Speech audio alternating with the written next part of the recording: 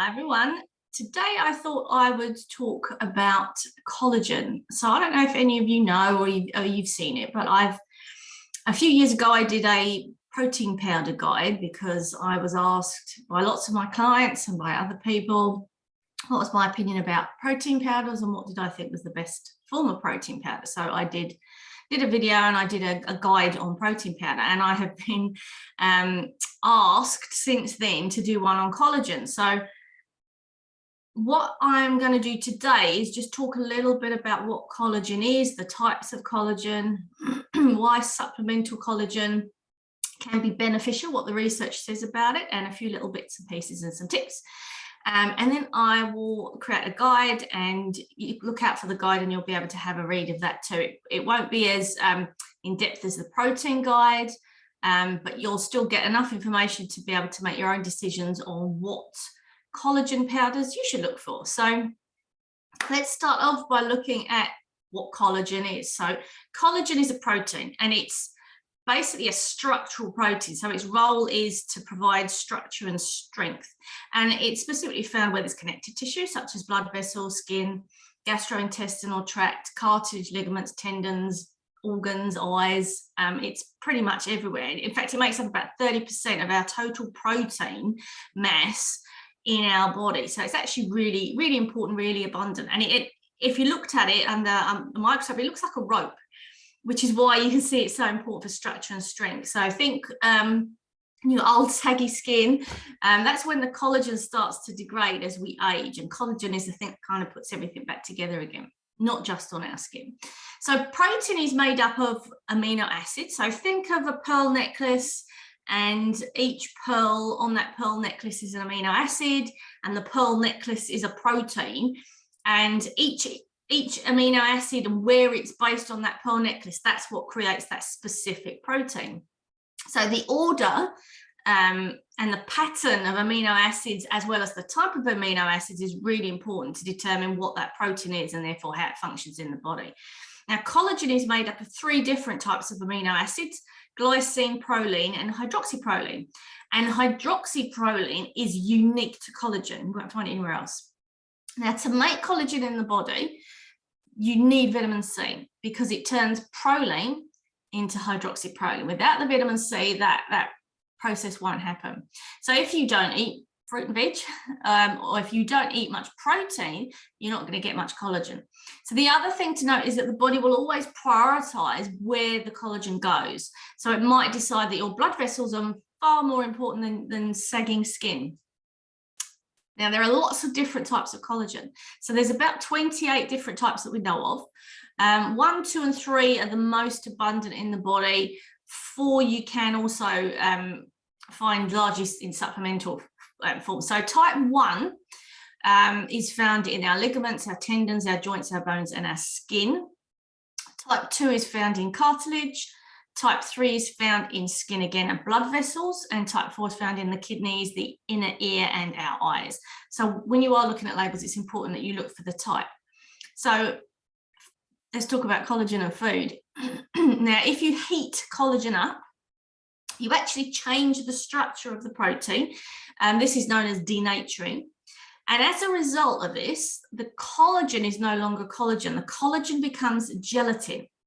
And you might recognize the name gelatin. So gelatin is used in food and beverages. It's used in jelly type products. And it's a pretty large molecule, and it's fairly insoluble.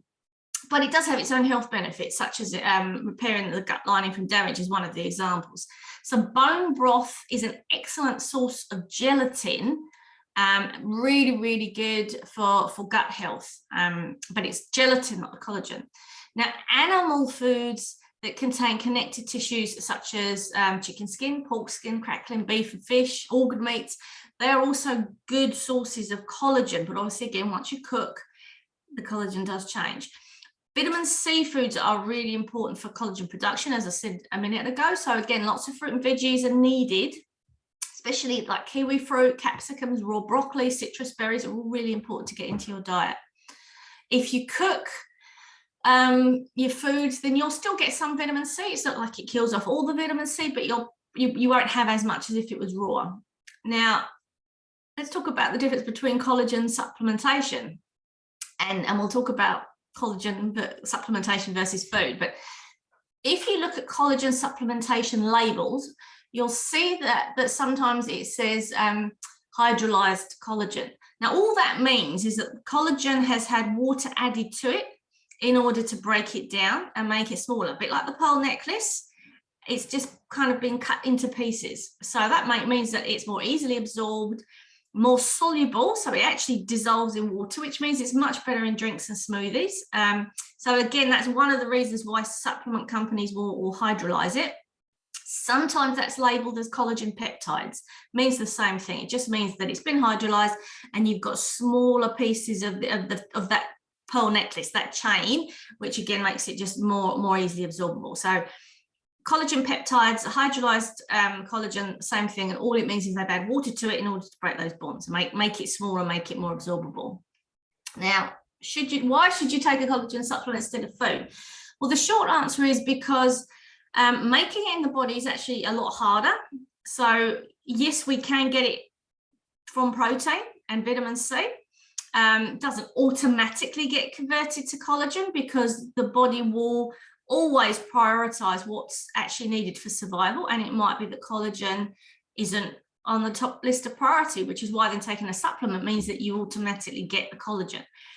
Now, some studies have shown that when we take supplemental forms of collagen, they do get absorbed really quickly. They go straight to where they're needed. And in the case of skin, there's actually been, probably out of all of the studies done on collagen, and there's been a lot, and it's really increased over the last few years. The research on skin is probably the best.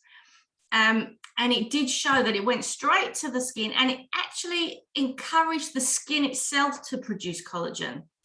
And also something called elastin, which makes our skin elastic, and hyaluronic acid, which basically plumps and moisturizes our skin. You can get that injected, but if you take a collagen supplement, it actually encourages the body to make it itself.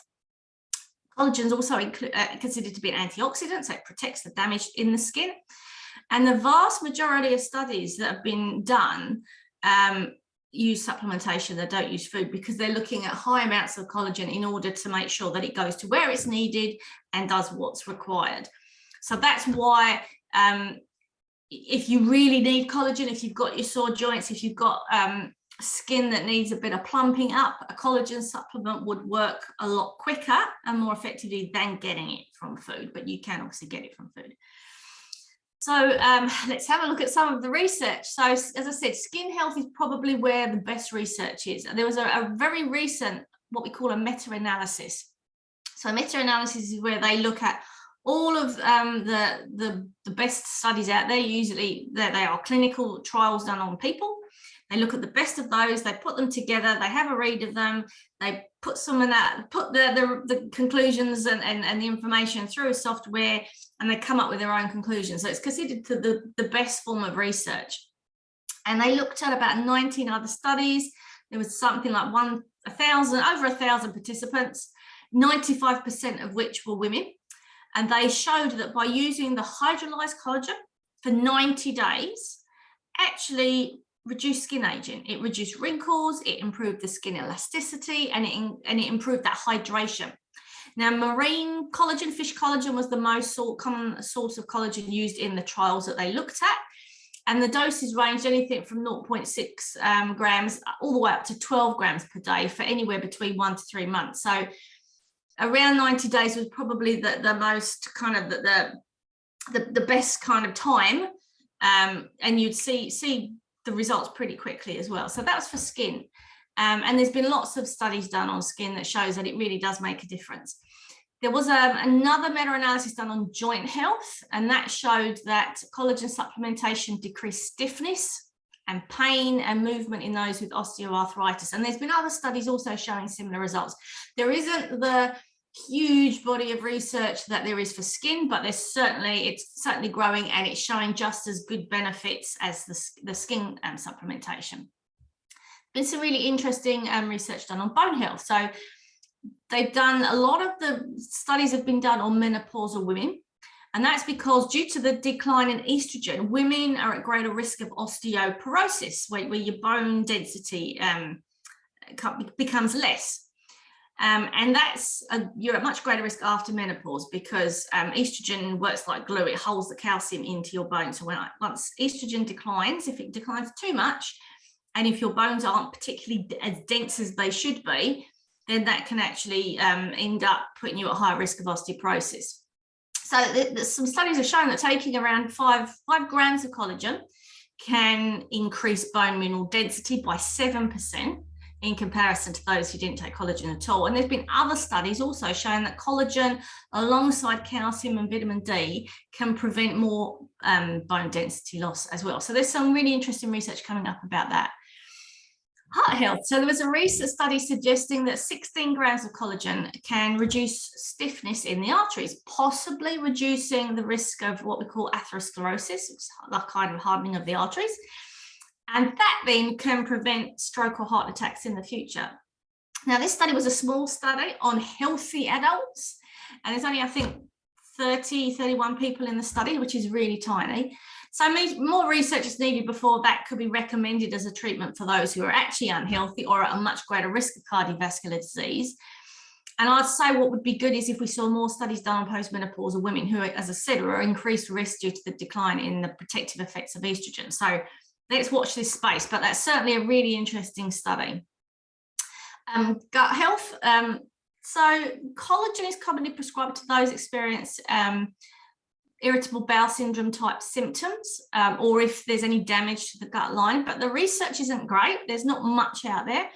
There was a really good 2022 study, literally has only just come out, that showed 20 grams a day may reduce bloating, might improve mild digestive symptoms, and that was in female adults.